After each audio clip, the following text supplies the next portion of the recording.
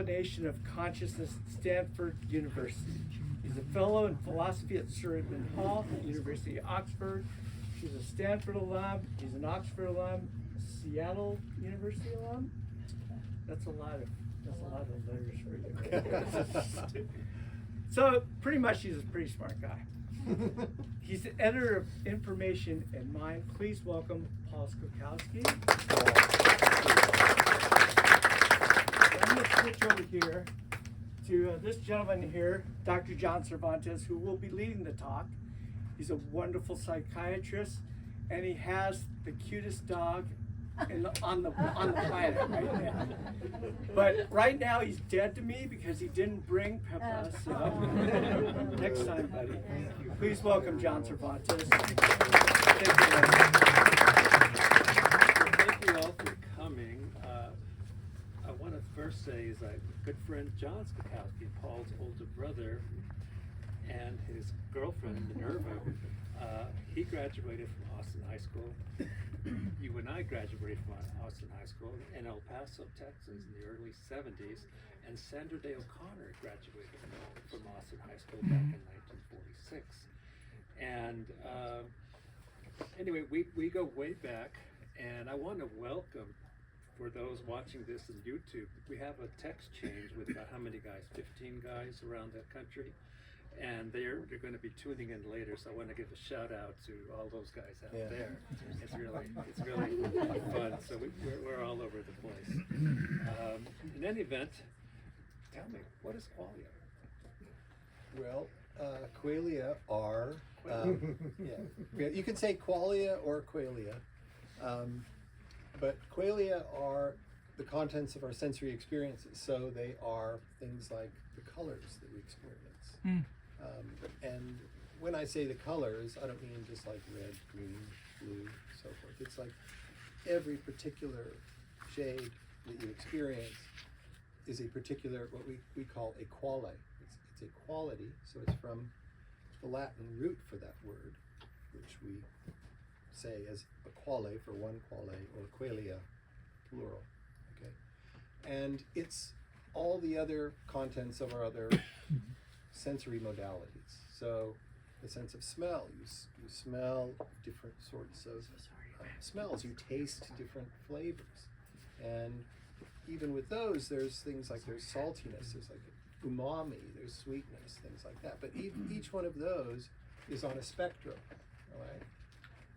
And also pain as well is a quality. So those would be examples of qualia. Oh, good.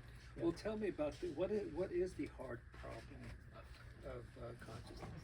Well, it is known as qualia. So, consciousness is a difficult problem, and my book actually is not so much an explanation of what consciousness is. I do talk about consciousness throughout the book, but I'm not trying to explain sort of overall what consciousness is. I'm trying to explain the hardest problem of consciousness, which is qualia. And they were recognized as the hardest problem of consciousness by a famous philosopher, David Chalmers, who's a colleague of mine. He's at New York now, but he and I have met many times over our careers, and he's a great philosopher. And he wrote a book on philosophy of mind in around 1997, I think it was. And he was the first one to put his finger on qualia as the hardest problem of all in consciousness. And one of the things that he pointed out was that we have a pretty good explanation of like how humans acquire beliefs and different sorts of representational states and how they can guide our behavior. And one of the reasons that we think that we have a pretty good grasp of this is because we can now write computer programs or create things like neural networks, which we can then specify and we can understand at least how they work computationally. So we have a pretty good mechanistic explanation of how these kinds of internal representational states can cause behaviors. But what is missing in that, and which is explained in the first 6 chapters of this book, is how these sorts of explanations, as powerful as they are, leave out the nature of qualia, because qualia are very elusive. Whenever you look for them, like a neuroscientist looking for them in the brain, you don't find them. You look for the color red or green, or you look for an umami taste or a pain or something like that. You don't find it in the brain. Instead, you find neurons firing. So what's going on here? How is it that we're able to look out at this world and experience these incredible technicolor colors and feel particular pains or temperatures or taste these things? And they're the kinds of things which appear to be properties in the world. So how can we reconcile this with what we understand with our powerful theories of neuroscience, for example? Well, the next question I find very interesting. Why are zombies relevant to debates on consciousness? I love to hear this. Yes, so are you all familiar with zombies or different kinds of yeah, okay. Are any of you zombies? Okay. Yeah, If we were, we wouldn't tell you. Would our testimony be trustworthy? yeah, they're very good. I actually argued in a paper that I was a zombie. If the zombie hypothesis were true, then I argued that I would be a zombie, and everybody else would be a zombie as well. But the reason that zombies are important is that they're used as an example to show that there could potentially be no scientific explanation for consciousness.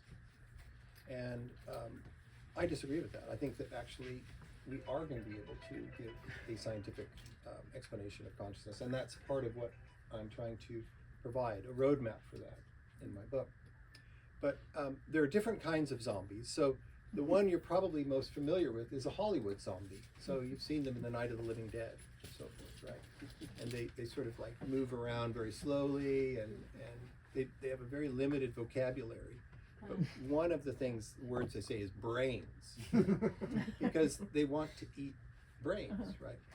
So a zombie is supposed to be a creature which is exactly like a human being, but is not conscious.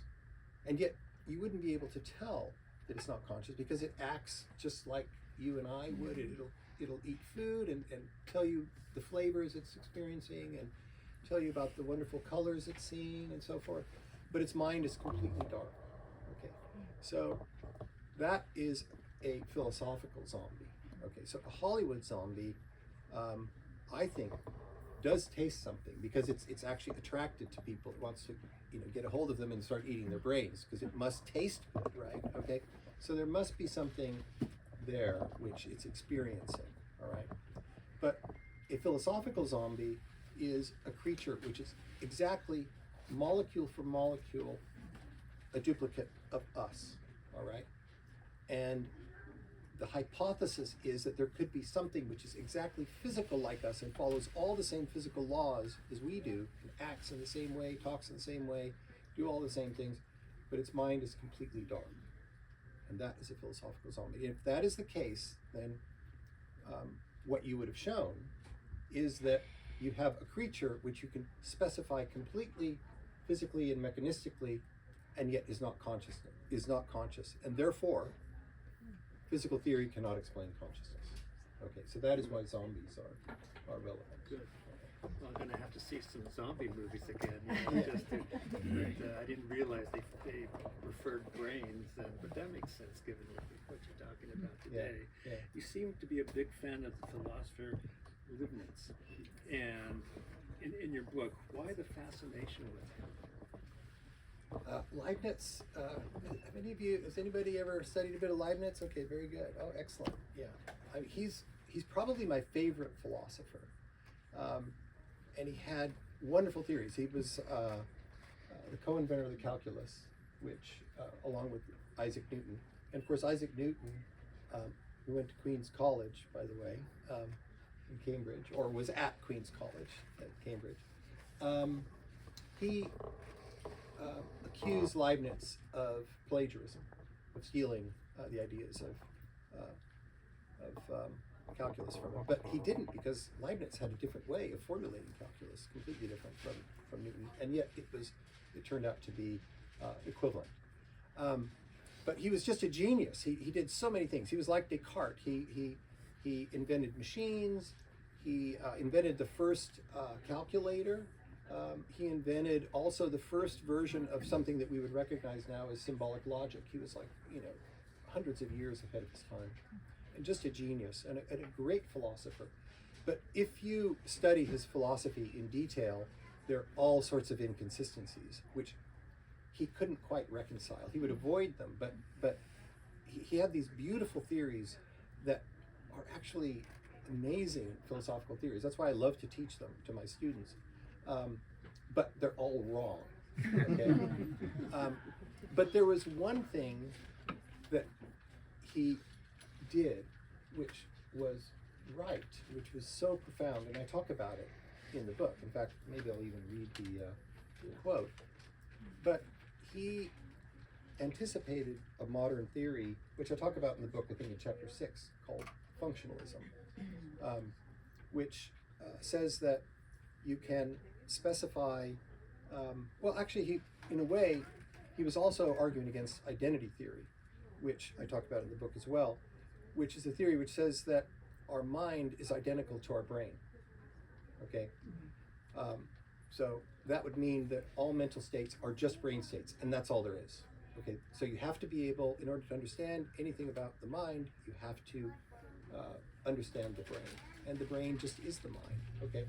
But Leibniz had a wonderful argument against that, and it was his analogy of the mill. And think about the time of Leibniz. The mill was probably the most complex machine that existed. So it would be like us now thinking of a computer, let's say, okay? And so he imagined us being walking into a mill, okay?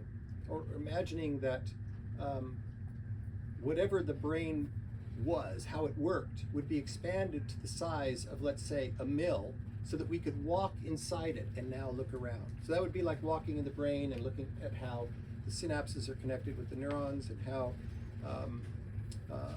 these chemicals are going across the membranes and all that sort of thing. So we can specify all this stuff mechanistically. Okay, so let me see if I can find his quote. I love this quote.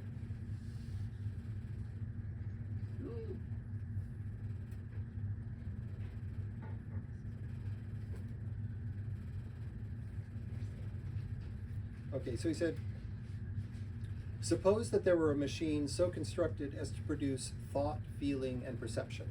So that would be like the brain, okay?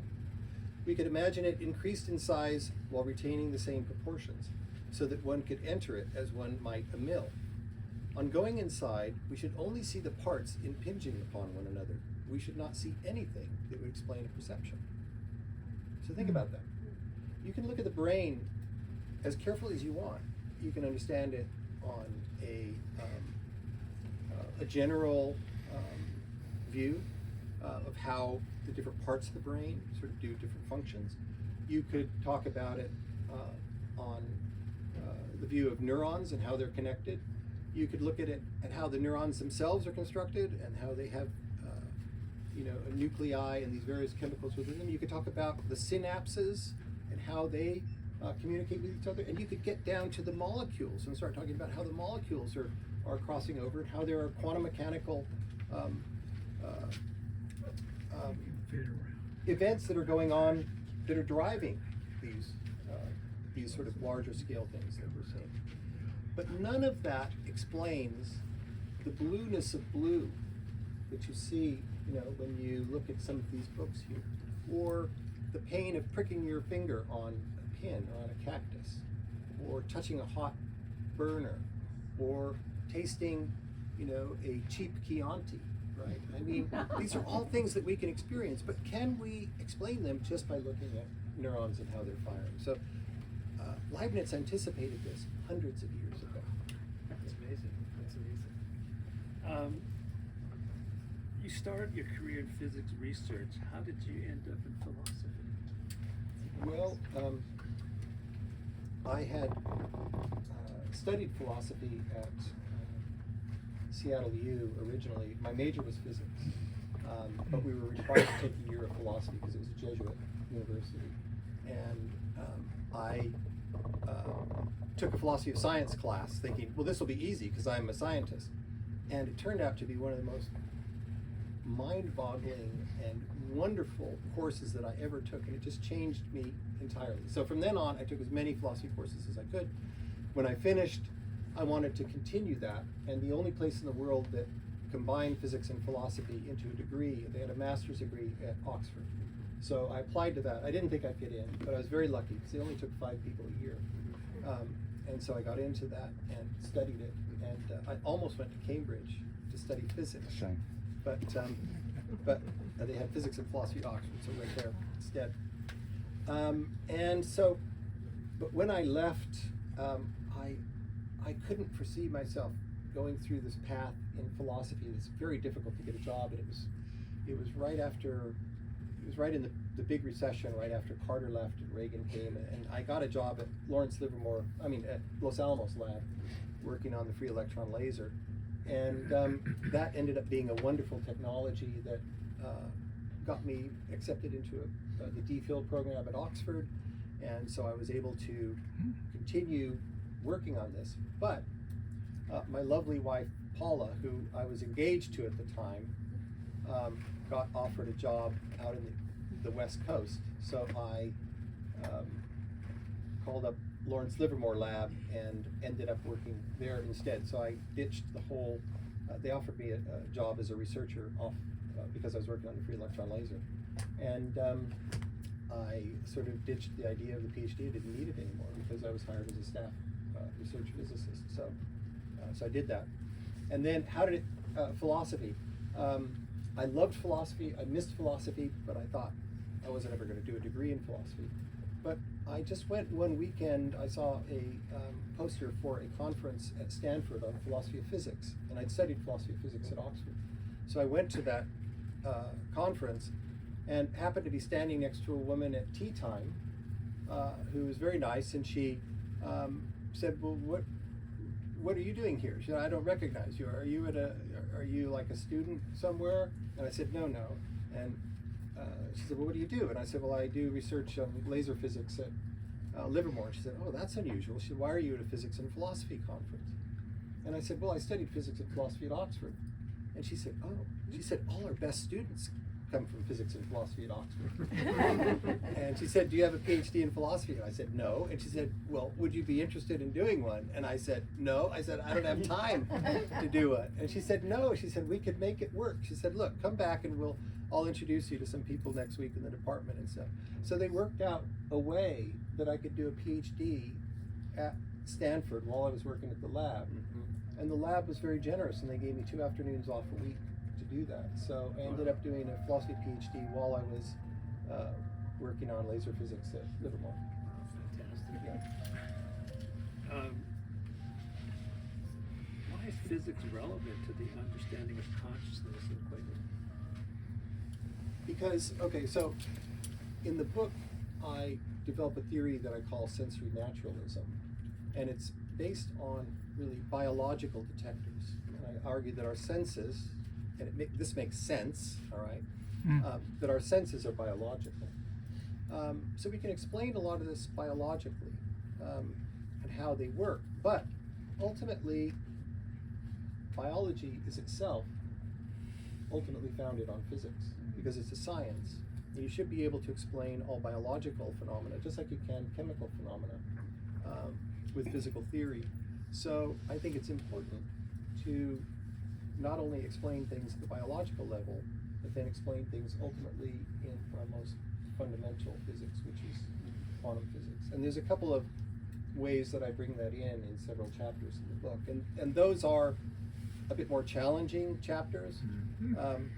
But I, as I say in the preface, you don't have to go through all the equations and stuff. You can sort of skim over them and then get to where I start explaining how it's relevant to how the neuroscience works and the biology works.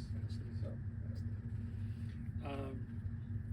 Now, could an LLM be conscious?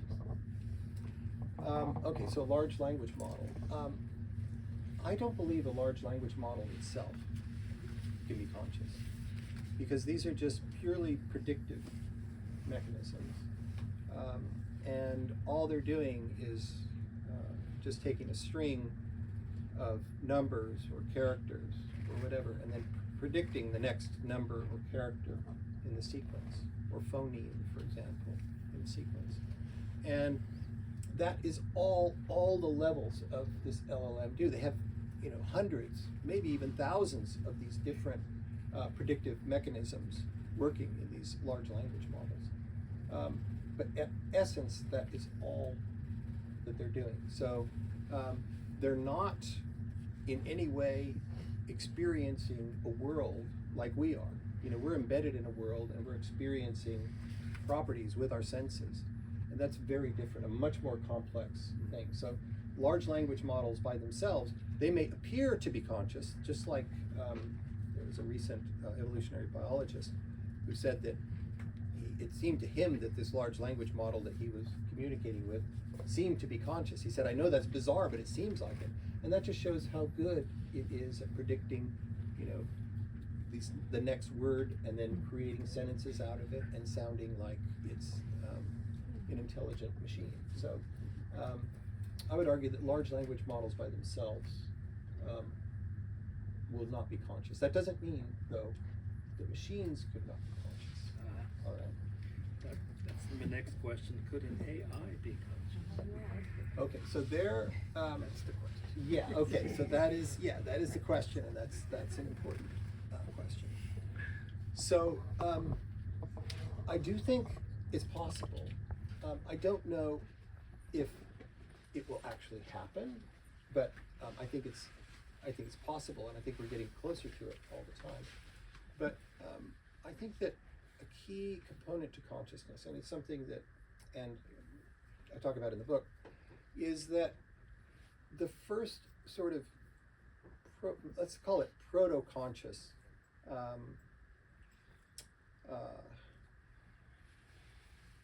experience that I think occurs in nature is when you have small organisms that sense their environment. So even single-cell organisms sense things next to them so that they can envelop food, or they can move away from something, or that sort of thing. These are very rudimentary things, but there is a kind of detection which is going on at that level. So I think that a machine that we would ultimately consider being conscious would have to be something that's embedded in the world and is experiencing qualia. So it would have to be able to experience properties in the world and respond to them, but also learn from that and do all these other high-level cognitive things that we do in order for us to consider it to be conscious. Because think about it, we all look at each other in this room, and many of us will talk with each other afterwards, and we'll all, I'm sure, assume the other person is conscious, right? It seems a natural thing, but we can't prove it, right? At this stage, we can't prove that something or another person is conscious, but it seems so plausible to us. So I think at some point, if we get to that level with machines, it may be for the same reason, because it is interacting in the world in a way that we can understand, and we can sort of convince ourselves is a machine that's experiencing something like we're experiencing it. And we are then able to say, well, maybe that thing is conscious after all. So how close do you think we are? Or will we ever be there? I do think so. I bring up in the book, I bring up the example of Westworld. So if any of you seen the TV series Westworld, and then there was the older movie Westworld. Now, if there was a character like that, and let's say you weren't in Westworld, but it had escaped from Westworld, and you ran into them here at Gelson's or something like that. I mean, wouldn't you think that creature was conscious? I mean, you probably would think it was a human being, right?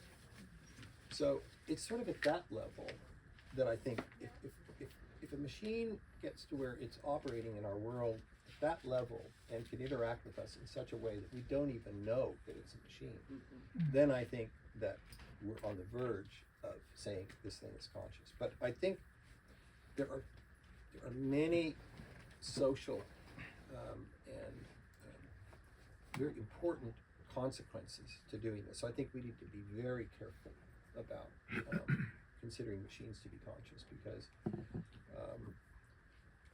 this is a bit of a digression, but if you had such machines that we then started ascribing consciousness to, and maybe even considering, well, maybe we should give rights to these things or whatever, the problem is that you can duplicate these forever.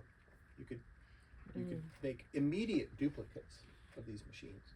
And I talk about some of the problems with that in the book, where I talk about swamp man cases, and that's another thing. But I think there are problems with that. But one of the problems is we could end up, giving rights to machines that could be duplicated and then could, outvote us in the next election, right? So I think we need to be very careful about that. It's got to prove where it was born, though. Yeah. Now, you talked about swamp man in your book. Tell me more about swamp man. Okay, so swamp man. Had anybody ever heard of swamp man before? Swamp man examples? Okay, so it really is a very philosophical example as well, sort of like a philosophical zombie. Swamp man, again, is a duplicate. So swamp man will be a duplicate of any one of you or me. And the idea first came to philosopher Donald Davidson at Berkeley. And he said, imagine lightning hitting a swamp that had all sorts of like carbon molecules and stuff like that in there. And then it just immediately, with all that energy, it transmogrified those molecules in the swamp into an exact duplicate of Donald Davidson at that moment. And so Donald Davidson is sitting in his office at Berkeley, or he's having dinner with his wife or something like that. And then Swamp Man comes into existence in exactly the same molecular state that Donald Davidson is in. And Donald Davidson asks the question, if that's the case, then would Swamp Man have all the same beliefs that I have? So would it believe, for example, that I have a lecture tomorrow at 10:30? Would it believe that I just had hamburgers for dinner? Would it believe that I'm going to see my grandmother next week? That sort of thing. And he argued no. And one of the reasons he argued that was because he said, well, if that were the case, then my entire history of learning all the things that I have and all the beliefs that I have in my life wouldn't explain anything, because all you'd need to do would be create a duplicate to have all these same states and have the same mental economy that I have. All right. And so I talk about swamp man examples in the book, even some more elaborate ones. You talked about a Toyota Tercel. Yes, not a Toyota Tercel. Tell me about that. Okay, so part of the reason that philosophers are skeptical that swamp men, or women, if they come into existence, would actually have beliefs and conscious states ab initio, right when they're formed, is because we have these abilities because of biological function. So these, like our senses, we have our senses because evolution has created us with these bodies, and our ancestors with these bodies and these senses that can sense a spectrum of properties that are essential for our survival. And they're fine-tuned to that. There are certain properties in the visual spectrum which are good for us to survive in the world. Tastes, sounds, things like this are very helpful.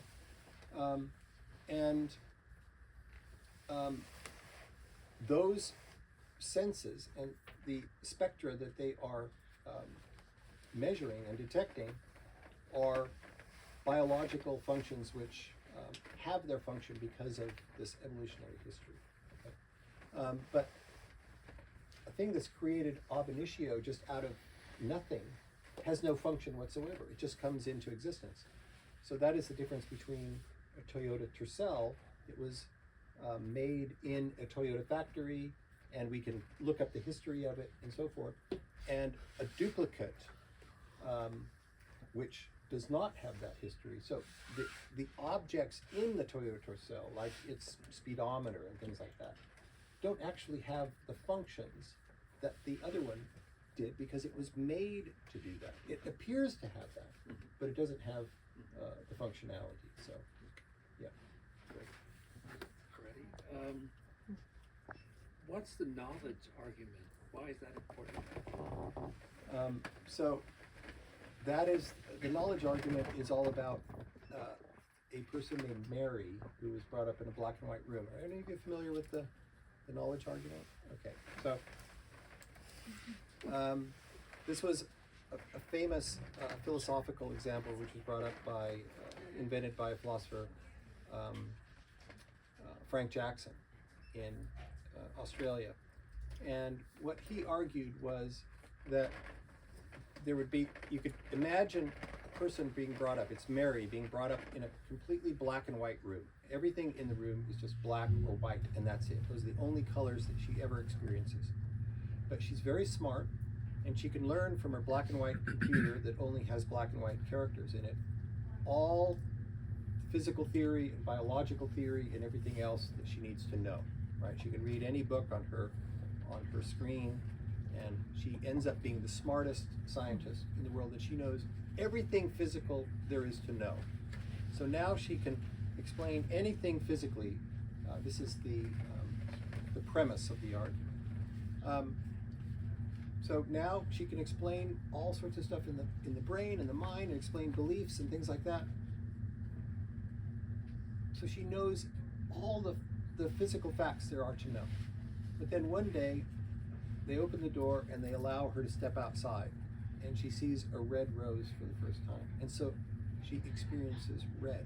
But she already knew everything about all the colors. But it seems intuitive that she learns something new here. She learns what it's like to experience red, and she can, maybe smell the rose too, and smell that smell. So she's learned something new, and yet she had all the knowledge beforehand. So therefore, there's some knowledge that you cannot get through physical theory. And so that was Frank Jackson's argument. And it's a great argument, but it does have its weaknesses. And it was convincing to me the first time I read it. I remember I thought, he had to be right about this. There had to be stuff that was non-physical that could not be explained in physical theory. But since then, there have been several arguments against it, including the one that I give. And Frank Jackson himself has recently come to realize that the knowledge argument doesn't work as a proof that there are non-physical properties. Okay. I'd like to turn it over to the audience for questions for Dr. Skokowski. So it's interacting in the world. So I do lucid dreaming, and I had one last night, and I'm interacting in this whole lucid dream world, and I'm not interacting in the real world. All kinds of qualia that's going on. I didn't have to interact in the real world. Well, okay, so I argue in the book that that actually what's happening is you're experiencing misrepresentations. So think about beliefs, right? So beliefs are the kinds of things which drive our behavior, all right? But beliefs can be false. So I can believe that this talk starts at 5 o'clock today. So I can arrive here and go to Michael and say, oh, I'm late. I'm where are all the people? Say, well, it doesn't start, calm down, Paul. It doesn't start for another hour. I believed that it started at 5 o'clock, but it didn't, all right? So there's a content which is a misrepresentation, and yet still I have a physical state in me which makes me act as if it did occur. So how do I deal with dreaming? I think that dreaming, I have some sort of lucid dreaming, in the sense that sometimes I dream. I think this is a kind of lucid dreaming, I have a dream and then I realize that I'm in a dream. That's what lucid dreaming is. Yeah. So that's the kind of lucid dreaming I have. But it's very rare, but I occasionally have that. But here's the way I think about qualia in dreaming, and this is why I think of it as a misrepresentation, and yet as something powerful that's going on in the mind. So just all you have to do is just look out at the scene in front of you. I call this technicolor experience. So vision is a great example because there are all these properties that we're experiencing, all these shades and colors and so forth. Right? Now, close your eyes. How much of that can you recreate? There's such a huge difference No, there isn't. between. No, there isn't. So you've not had the experience. So last night I was savoring this in anticipation of this. Yeah. And I was touching and feeling the warmth and Yeah. everything, Yeah. and the vividness and the detail. Yeah. Yeah. I agree. It seems like that, but it's like in that case, it's like a false belief. So what's been shown for imagination Yeah. versus perception is that perception is activating all sorts of feed-forward networks of the brain going through visual cortex, and then eventually, it reaches the higher levels of the brain where the cognitive activity is. Okay. But when people imagine scenes, and I talk about these experiments that are done in the book by, it's Zeman. Zeman's a guy who has sort of set up these experiments. And he has people look at high definition photographs and images. And then he has them later try to reimagine them. And there's a lot they can reimagine. Right? They could. One of the examples they use is the Sydney Opera House. So they can remember that the Sydney Opera House is here, and the sky was blue, and there are these clouds and things like that. But they can't go into the same detail that they can when their eyes are open. I mean, it seems to me that that's quite clear. We would have to discuss this Yeah. offline. Yeah, Yeah. I think you're wrong. Yeah. Okay. But the I was evidence. there. Yeah. You weren't. Yeah. But the evidence is that Yeah. the processing is done in completely different places. So when you imagine them, Yeah, that's this- all this done isn't in like imagining, but we can talk frontal about it cortex. later. You have a question? But Yeah. related to consciousness, Yeah. or I think about when you go out into the world as a human, not a machine. Yeah. When you go out into the world and you experience things,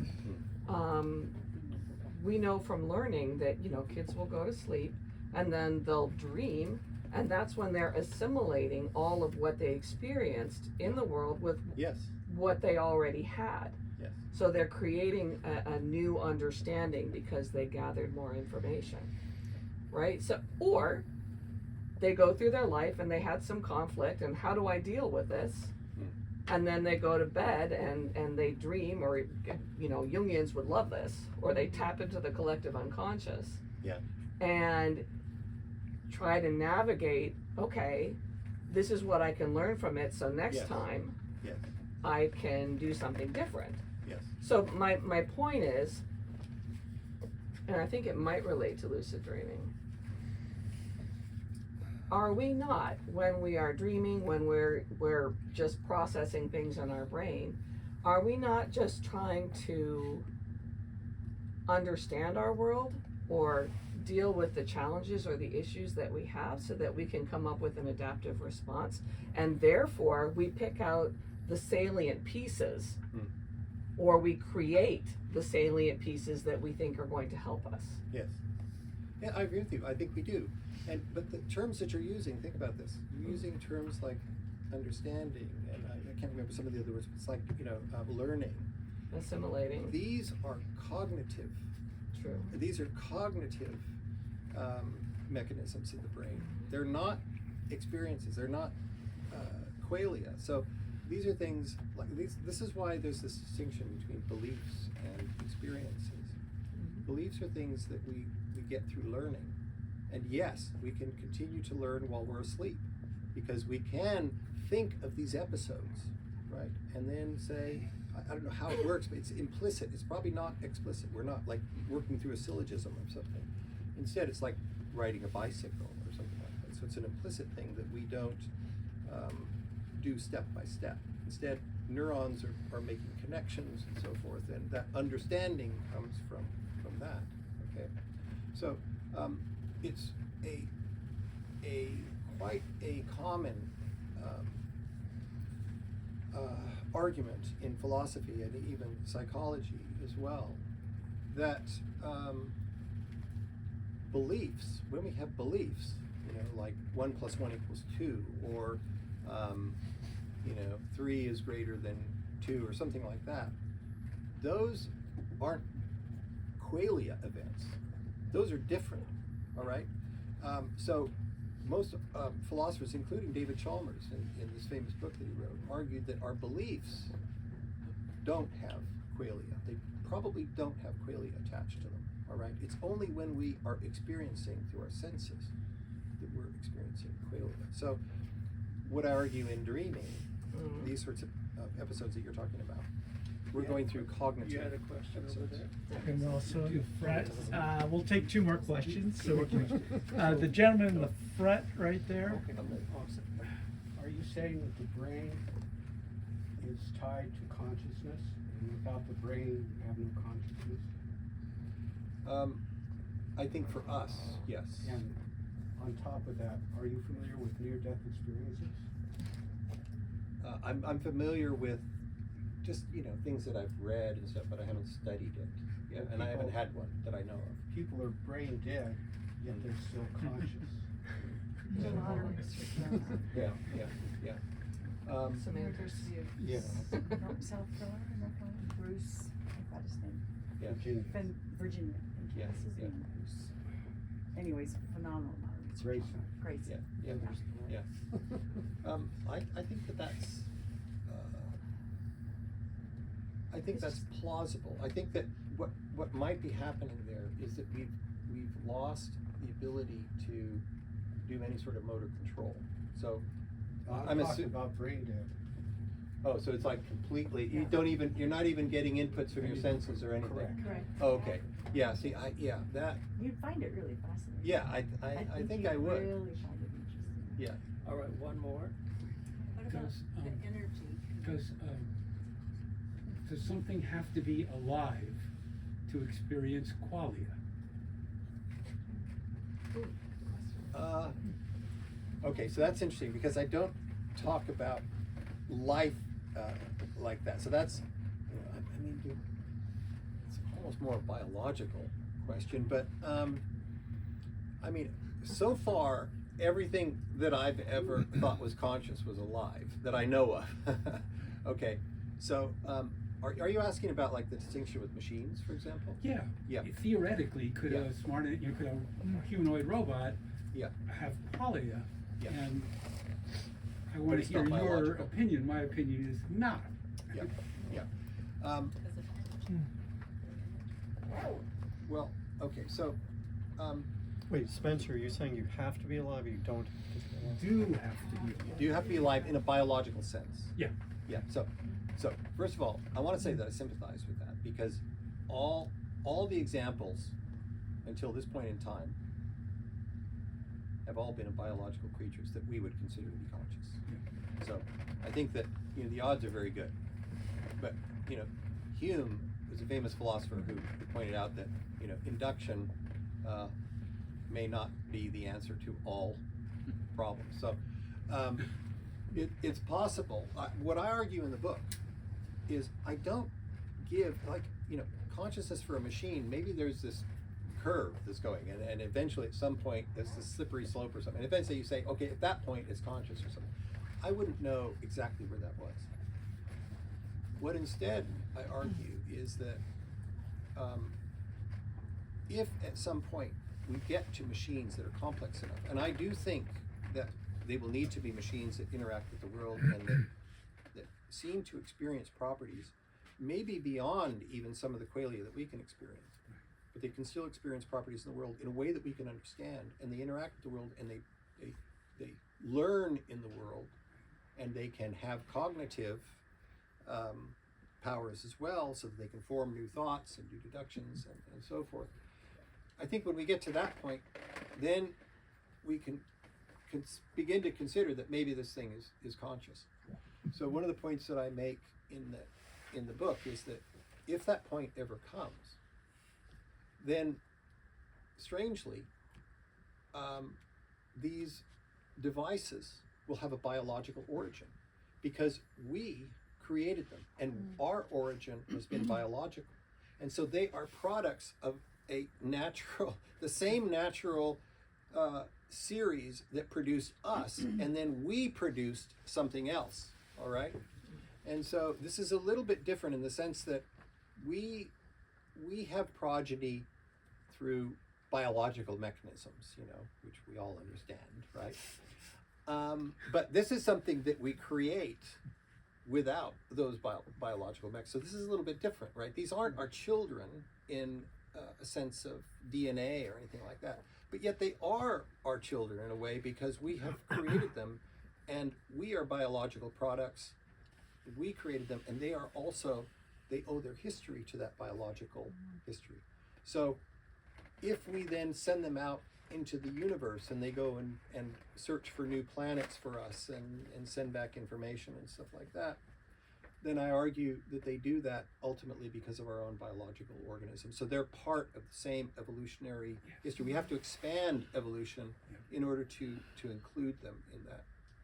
So we're birthing a further step in evolution. Yes, yeah. So one last one. One last Last. Steve over here. Steve. Well, I'm struggling with your book. I'm working my way through it. I'm getting there.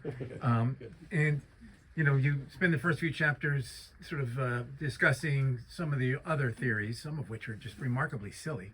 Yeah. That the world is reinvented every time, and God does this, and it's wild. So there's so many of these constructs seem to be just purely philosophical, working things out in a way. Yeah.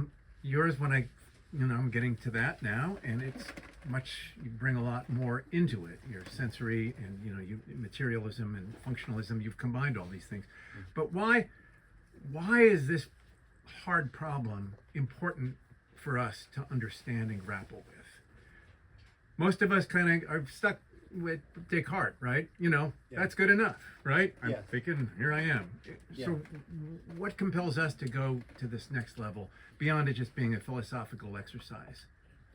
Well, the reason that it's important is because of all my colleagues in neuroscience at Stanford who, like Bill Newsom and Mike Azanaga here at UCSB, who's an old friend. They're all fascinated with this problem. It's like they think this is really the hardest problem of all. We can explain. Physics is wonderful. We can explain so many things. We can create these devices, and we can find particles, and we can find the properties of these elementary particles, and we can create theories of the world from them. Right? But this doesn't yet seem to be able to explain the things that we experience in the everyday world. Our pains, our tastes, the colors that we experience. Because whenever we look for them, and whenever neuroscientists look for them, they don't find them in the brain, and that's the problem, right? So why have we been fixated on that? Mm-hmm. It's because the brain is clearly important, and in the book I say, of course the brain is important. It's like it is the detector, which is detecting. It's a multifaceted thing. It's a very complex thing. But our senses are biological detectors which are detecting these things in the world. And that must make sense because we have to survive in this world, and our ancestors had to survive in this world. So this mechanism which we have between our ears had to be very good at picking out these properties so that we could survive in this world. But it seemed like an easy thing to say, well, it must be happening in the brain because that's where all these very complex mechanisms are going on. And I don't deny that. I don't deny the importance of the brain.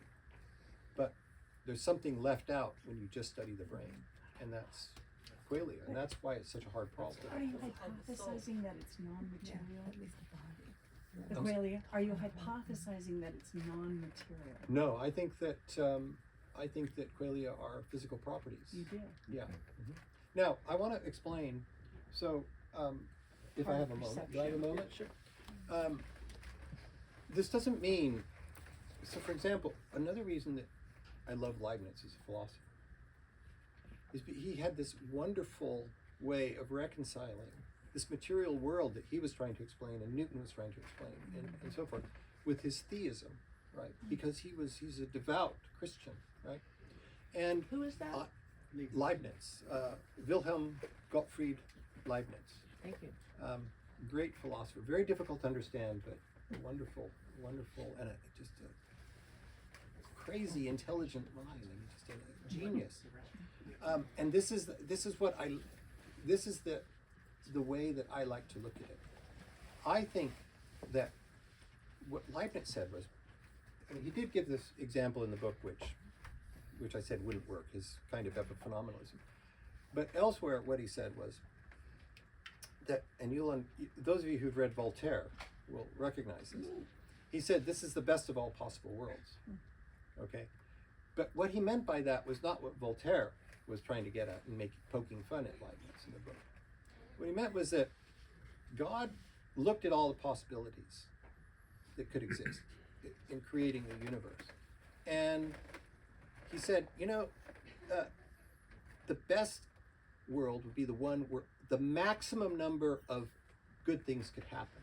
But not all good things can happen all the time in every world. And even in the best world, it won't always be the best. There'll be times when things aren't so good, right? But still, if you look at a curve of all the worlds that are there, there's one that's at the peak. So he said, God created that world. And he created a world that was physical, that we could understand. And he gave us minds, all right? And he talks about how this happens in his book. So he did create this evolution, which eventually ended up with humans in this production of the world, or the time passage of the world. And humans also were given the ability, having minds, to understand this world, so they could explain it physically. So he allowed for that, and he explained that we could, then understand things like perception and so forth, and ultimately qualia, although they didn't use the word qualia back then, with our scientific theories. But yet, God created that world. So he created that world, he chose that world and created that world in a way that we could understand it and explain everything in it. So you don't have to leave God out in this. But is there a non-material aspect to this world? I think that if he's correct on the science, then you should be able to explain all these aspects with science. And I think he was optimistic in that way. So that's the way that I reconcile it. Paul, thank you for sharing Sense and Qualia with us. And John Cervantes, thank